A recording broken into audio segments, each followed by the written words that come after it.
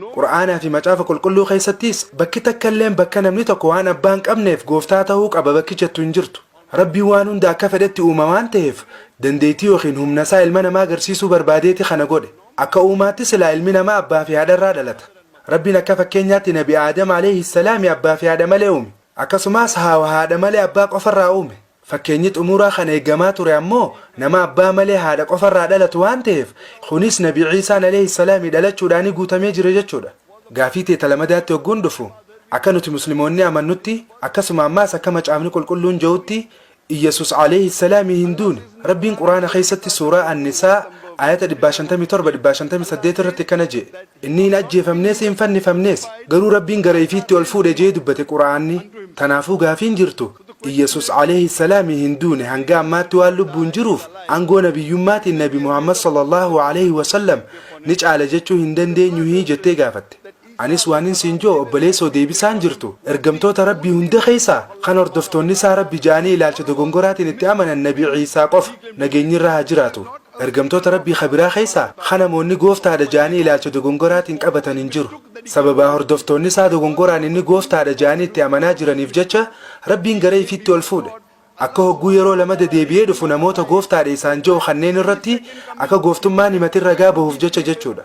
Tanaaf Rabbiin quraana keessatti suuraa Maa'idaa ayata 16 irratti Ciisaan alayhi salaam hogguu lama dhufu Rabbiin akkana jedha.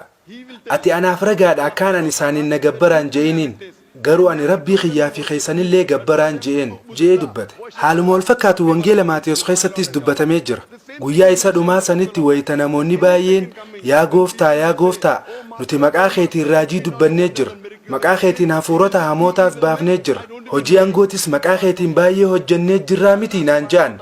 Yeroo sanitti an ammoo matumaa waan isin hin beeku. Isin yaa warra hamtuu hojjettan ija tiyya duraa badaa je'ee ifaan ifatti isaanitti hima. Kanaaf Rabbiin subhaanahu wa ta'ala Ciisaa alayhi salaam osoo lubbuun jiruu gara ifiitti ol fuudhe. Akka yeroo lama deebi'u san dhaamsa haaree hin barsiisneef. Wayita lama deebi'u waan haaree hin barsiisu jechuudha. Sababiin isaa nabi Muhammad sallallahu alayhi wa sallam ergamaa fi nabiyyi xumuraa waan ta'eef. Akkuma quraana keessatti suuraa Ahzaab ayata 40 irratti dubbatametti jechuudha. Nabi Muhammad booda sallallahu alayhi wa sallam yookiin eega quraanni buufame booda wanti amantii islaamaatti ida'amuu fi irrifamuus hin jiru. Ciisaan alayhi salaam akka miseensa ummata Muhammaditti sallallahu alayhi wa sallam deebi'ee dhufe. Wanti inni deebi'ee dhufuufis waan haaree barsiisuudhaaf osoo hin taane hordoftoota isaatitti akka inni gooftaan ta'inii fi akka nabiyyi Rabbii ta'e itti himuudhaaf. Kanaafuu garaagarummaa muslimaa fi kiristaana jidduu jirtu irra hedduu warra kiristaanaa Iyyasuus Kiristoos alayhi salaam aangoo gooftummaadhaan qaba jaanii yaadan. Inumaa yoo macaafa qulqulluu dubbiste guutuu macaafa qulqulluu keessaa bakka takkatti illee bakka Iyyasuus Kiristoos arraba ifiitiin ani Rabbii na gabbaraa joo hin arkitu. Namni kiristaanaa tokko jecha namee hin mamsiisne jecha shakkii hin qabne kan Iyyasuus Kiristoos matuma isaatiin ani gooftaadhaa na gabbaraa joo yoo nagarsiise ani ammaan tanatti kiristaanummaa fudhachuudhaaf qophiidha. Ani waa'ee obboleeyyan kiyya kan muslimaa khabiraa irraa dubbachaa jiru dirqama kana matuma kiyya irraan kaayuu jira.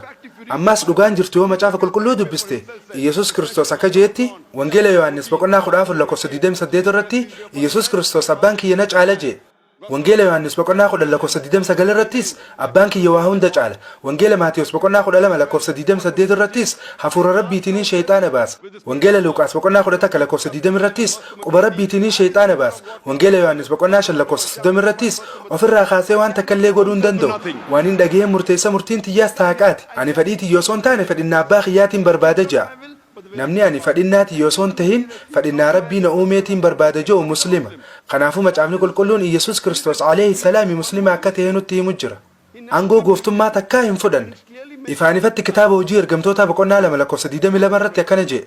Yaa namoota Israa'el dubbii tana dhage'aa akkuma isinuu beektan Iyyasuus namni Naazireet nama waaqni baasa raajii fi milikkata karaa isaatiin isin jidduutti hojjeteen isinii filateedha. Isinis waan kanaaf ragaadha jee dubbate. Kanaaf Iyyasuus Kiristoos alayhi salaam guyyaa takka illee ani gooftaadha hin jenne. Inni ergamtoota Rabbii qaqqaalii keessaa isa tokko jechuudha. Kanaaf obboleessoo Iyyasuus Kiristoos akka gooftaa hin tahin amantee fudhattee Ani Yesuus gooftaadha jedheen dubbanne. Islaamummaa keessatti sadarkaan isaa maali jedhe malee. Anis ati Yesuus gooftaadha jettee jirta siin hin jennee bar. Wanti ani siin jechaa jiru Yesuus Kiristoos akka gooftaan ta'een fudhattee hin siin jee. Eeyyan Yesuus Kiristoos gooftaa akka hin taane ni amana. Garuu sadarkaa inni Islaamummaa keessatti qabu beekuu barbaada. Obboleessa osoon deebisaa siif hin deebisin dura nuti inni ergamtoota Rabbii qaqqaalii keessaa tokko ta'uu isaa ni amanna jee sitti himne. Musliimni tokko Yesuus Kiristoositti alayhi salaam yoo amane malee muslima hin ta'u. Nuti inni ergamtoota Rabbii jajjabaa keessaa tokko akka ta'e amanna. Garuu inni gooftaa miti. Kanaafuu ati Yesuus Kiristoos alayhi salaam akka gooftaan ta'e ni amantaa? Eeyyan. Nabi Muhammad sallallahu alayhi wasallam ergamaa Rabbii ta'uu isaatti yoo ni amantaa? Ani Yesuus Kiristoos ergamaa ta'uu isaa ni amana. Inni nabiyyiidhaa oli. Garuu sun gooftaa isa godhuu hin danda'u. Sadarkaan isaatis ifaa miti. Sadarkaan isaa ka dhugaa maali? Inni nabiyyiidhaa oli garuu gooftaa miti. Sadarkaan isaa maali? Inni nabiyyi Rabbiiti yookiin ergamaadha. Inni garuu wantoota baramaa hin taane hojjetee jira. Akkaataan inni itti dhalatee adda. Lammata deebi'ellee ni dhufa. Obboleessoo deebiin an siif deebise yoo dhageeffattee jiraatte ati Yesuus abbaa malee haala uumama addaatiin waan dhalateef gooftaa ta'uu qaba yoo jettu taate Aadam ammoo abbaas haadhaas waan hin qabneef Yesuus irra gooftaa guddaa ta'uu qaba. Aadam garuu du'ee jira. Du'a aadaa du'e. Garuu hordoftoonni Aadam alayhi salaam waa'ee isaa irratti ilaalcha dogongoraa fudhatanii inni gooftaadha jedhanii itti naman. Okay. Bakki dogongorri jiru hordoftoota amantii kiristaanaa bira. Ilaalcha dogongoraa kan Yesuus aangoo gooftummaa fudhatee jira jedhu dogongoraan fudhatanii jiran. Sababni Rabbiin akka inni lubbuun turu isa godheefis tanaaf. Kanaaf Yesuus Kiristoosis wangeela Yohaannis boqonnaa 16:12-14 irratti Silaamaaniin isinitti himu hedduun qaba.